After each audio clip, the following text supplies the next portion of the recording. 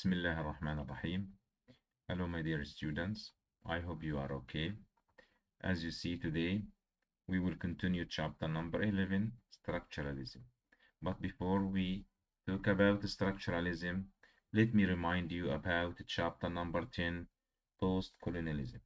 In post-colonialism, if you remember, I gave you the introductions about this term and I talk about the definitions of post-colonialism like as a term in contemporary history.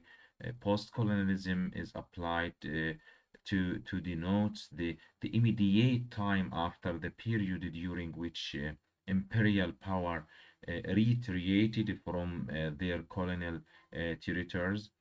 Such is believed to be problematic here, and also I discuss with you the empire writers back. We talk about the first major theoretical account of a wide range of post-colonial texts and their relationship with bigger issues of post-colonial culture.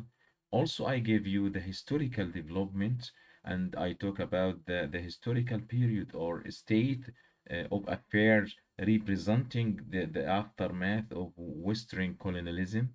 So the term can also be used to describe, I told you, to describe the current projects to reclaim and rethink to history and agency of people subordinated under various forms of imperialism. All these things we discuss and also I told you about the let me say practical criticism. So therefore today let me tell you what is structuralism. Again, you have background about this term, but today in this unit or chapter we will discuss it one by one in every points. Look here, move with me at the contents to see the introductions. First of all, we will talk about the introduction. The second is historical background. The third is literary criticism and the theory. And the fourth here, you see practical criticism, big millions. We will discuss after we finish this chapter, chapter number 11. I'll tell you about practical criticism, big millions, what we mean by it, and we will talk about Bernard Shaw, how he introduced this play, and what is the lessons or conclusions in this play or a critical discussion.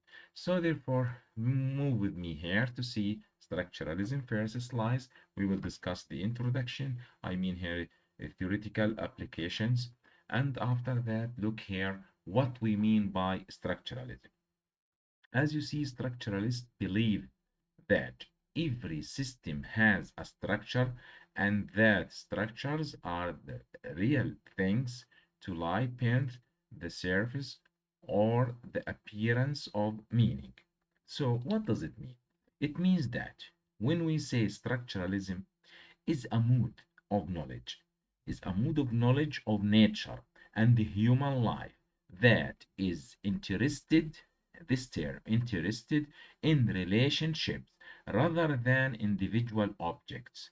Look here, it interested in relationships rather than the individual objects, or alternatively, where objects are defined by the set of relationships of which they are part and not by the qualities possessed by them taken in isolations. So we can say here structuralism is an intellectual tendency that seeks to understand and explain social reality in terms of social structure.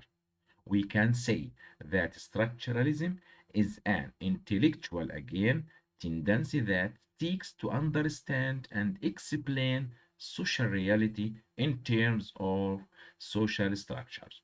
So, structures here are defined as the patterns and forms of social relations and combinations among a set of constituent social elements or component parts such as positions, units, levels, regions, and locations, and also finally social formations. So this is what we mean by structuralism. Look here at this. What is structuralism? Here in this slide, you will find also, we added here in this slide, that is generally thought of as the first school of thought in psychology.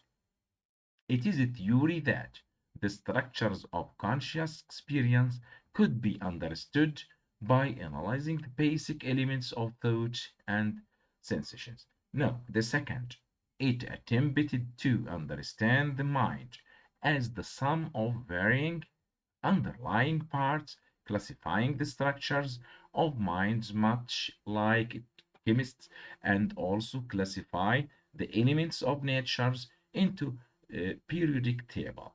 These elements would include idea like sensations, emotions, and images. So the focus of structuralism here was on reducing mental process down into their most basic elements.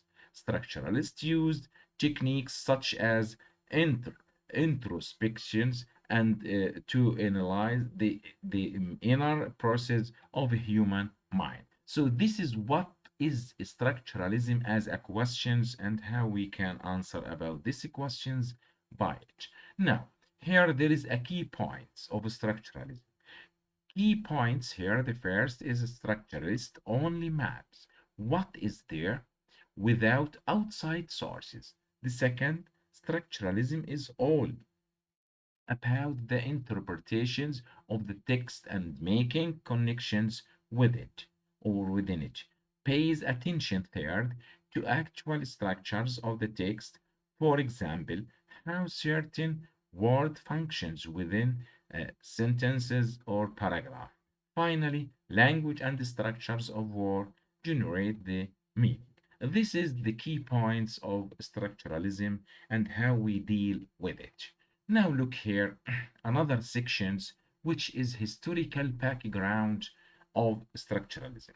In historical background here, we will talk about the 1960s in it. This approach to studying literature called structuralism, and it became popular here. The Swiss linguist Ferdinand de Saussure, the father of modern linguistics, influenced this theory through his examinations of language as a system of called semiology. So therefore, if I want to talk about the historical background here, we can say that structuralism appears. When it appears in academia or for the first time in the 19th century. It appeared in the 19th century now and then reappeared in the second half of the 20th century when it grew to become one of the most popular approach here in academic field concerned with the analysis of language, cultural, and society. So the work of Ferdinand de Saussure concerning her linguistics is generally considered to be a starting point of 20th century. And also, if I want to talk about the structuralism, that the term as background here, historical background, that the term itself appeared in the work of a French Claude's means Levi Strauss, and also gave rise in France to the structuralist movement, which sparked in the work of thinkers and divers. So therefore, structuralism was corresponded to a particular moment in Western history. It expressed a certain degree of self-hatred of the rejections of traditional Western culture and also of a desire of modernism in search of a new models. So this is what can we say about the background of the structuralism. Now let us look here at this and continue that structuralist or structuralism success in France during the 1950s and 1960s is without a precedent in the history of the intellectual life of this country.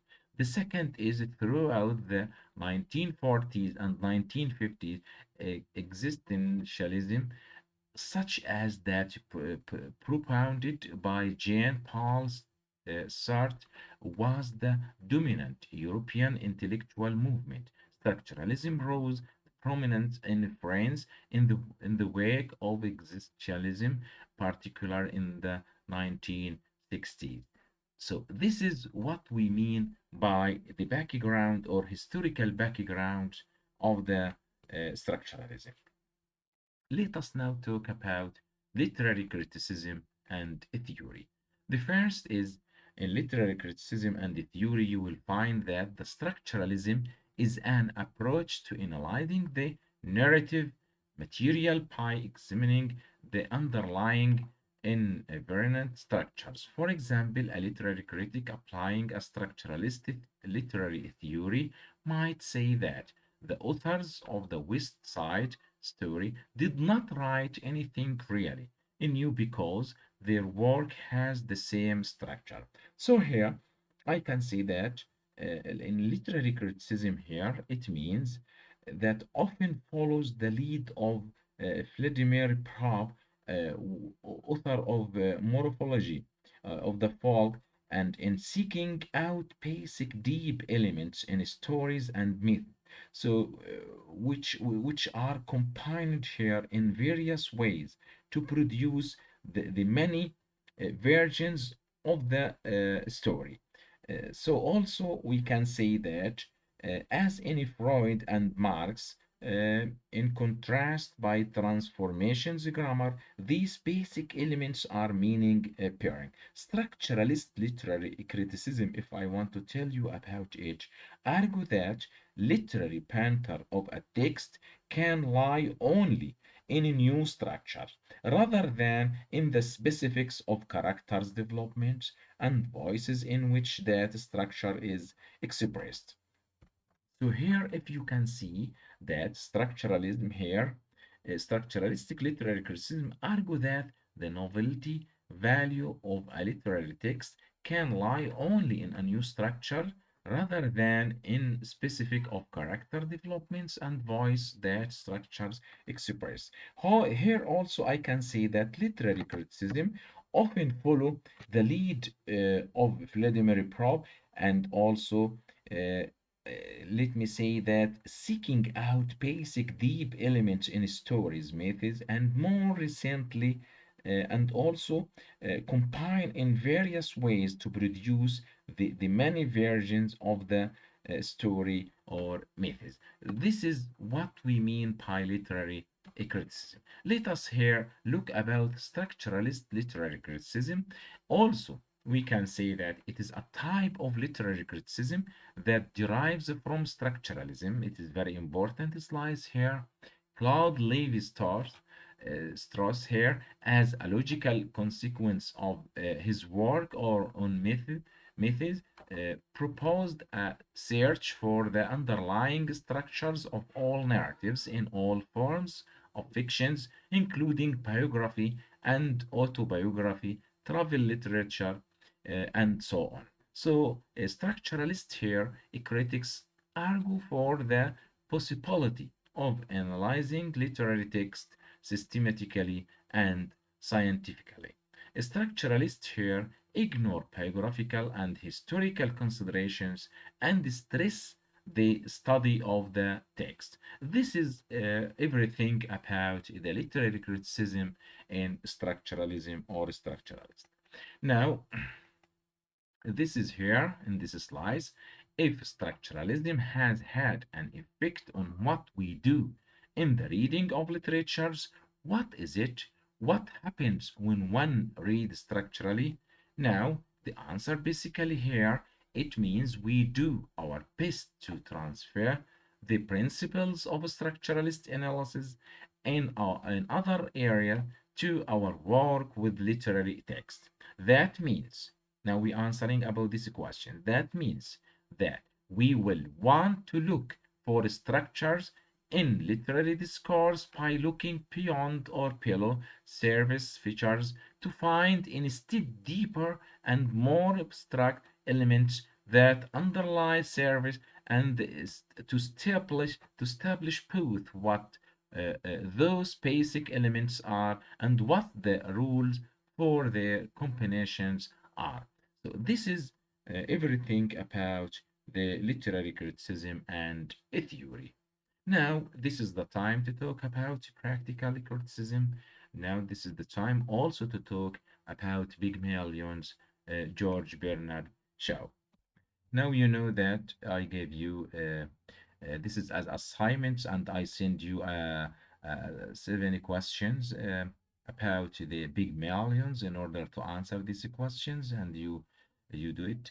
So the type, or let me say, speak something about the types of this play.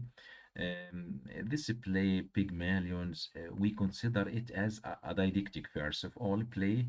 It is a didactic play, first of all, and it's also a play with a few messages. There is a message here, and you have to underline when I say that message. The message or lessons here to the readers or the viewer. The first message is about the upper class. The upper classes which Shaw himself opposed by making an illiterate flowers girls pass off as dashes just by learning how to speak and act properly. Shaw here exposes the pretensions here of high society. In other words, the class is a false parallel in human societies.